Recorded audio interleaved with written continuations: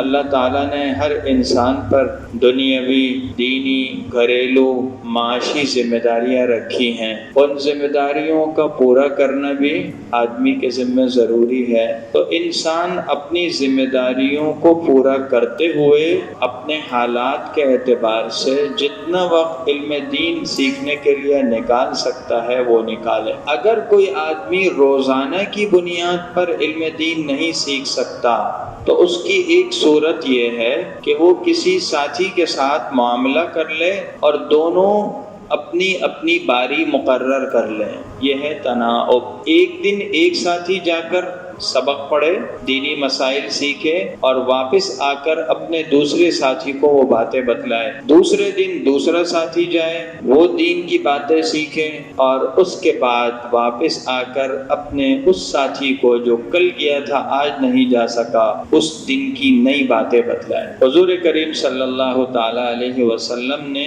اس طریقے سے بھی صحابہ کو سکھایا اور صحابہ نے اس طرح بھی علم حاصل کیا۔ اب بتائیے، آج ہم کہتے ہیں کہ ہمارے پاس دین سیکھنے کا وقت نہیں ہے۔ اس چیز میں کیا مشکل ہے کہ آدمی روزانہ دین نہ پڑھے، روزانہ دین نہ سیکھے، ایک دن بیچ کر کے تھوڑا سیکھ لے، ایک ساتھی کے ساتھ معاملہ طے کر لے، ایک دن وہ جائے ایک دن آپ جائیں اور روز کی باتوں کو محفوظ کر کے ایک دوسرے کو بتا دیا کرے۔ حضرت عمر رضی اللہ عنہ کی یہ حدیث ہے، وہ اپنا خود ایک واقعہ بیان کرتے ہیں۔ کہتے ہیں کہ میں اور میرا ایک انصاری پڑوسی تھا جو قبیلہ بنو امیہ بن زید میں رہتے تھے۔ ان صاحب کا نام تھا عتبان بن مالک، یہ صحابی ہیں اور انصار قبیلے سے ان کا تعلق ہے۔ وہی من عوالی المدینہ، اور مدینہ کے مضافات میں عوالی قبائل اور ان بستیوں میں یہ رہا کرتے تھے۔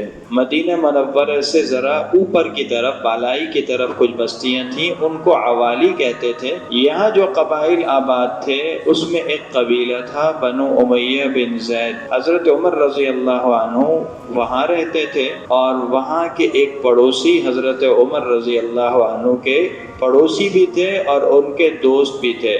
اب دونوں نے کیا طے کیا؟ فرمایا کننا نتناوب النزول علی رسول اللہ صلی اللہ علیہ وسلم، ہم رسول اللہ صلی اللہ علیہ وسلم کی خدمت میں باری باری حاضر ہوتے تھے۔ ینزل یوما وانزل یوما، ایک دن وہ اپنے گھر سے اتر کر مدینے آتے اور ایک دن میں اپنے گھر سے اتر کر مدینہ حضور صلی اللہ علیہ وسلم کی خدمت میں حاضر ہوتا، اور آپس میں کیا طے کیا؟ فَإِذَا نَزَلْتُ جِئْتُهُ بِخَبَرِ ذَلِكَ الْيَوْمِ مِنَ الْوَحْيِ وَغَيْرِهِ وَإِذَا نَزَلَ فَعَلَ مِثْلَ ذَلِكَ۔ طے یہ کیا کہ جس دن میں جاتا تو شام کو جب واپس ہوتا تو اس دن کی جو خبریں، اس دن کی جو باتیں اور حالات و واقعات تھے، کوئی وحی اتر تھی، حضور صلی اللہ علیہ وسلم نے کوئی حکم دیا ہوتا، کوئی اور نیا واقعہ پیش آیا ہوتا، اس دن کی ساری باتیں میں جا کر ان صحابی کو بتاتا تھا، اپنے پڑوسی کو، اور وہ پڑوسی بھی اسی طرح کیا کرتے تھے۔